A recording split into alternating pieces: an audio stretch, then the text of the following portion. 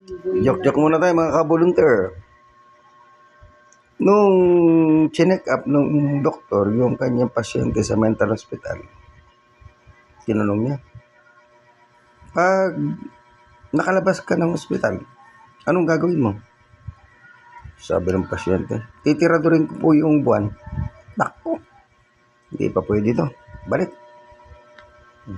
Obserbahan sa loob ng 6 na buwan. Pagdating ng 6 na buwan, tinawag uli yung pasyente. Tinanong uli, pag nakalabas ka ng ospital, anong gagawin mo? Ay, magaling na po ako, doktor. Magtatrabaho po ako para sa aking sarili.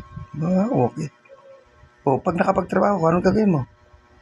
Siyempre, maghahanap na po ako na mapapangasawa para may makasama na ako sa buhay.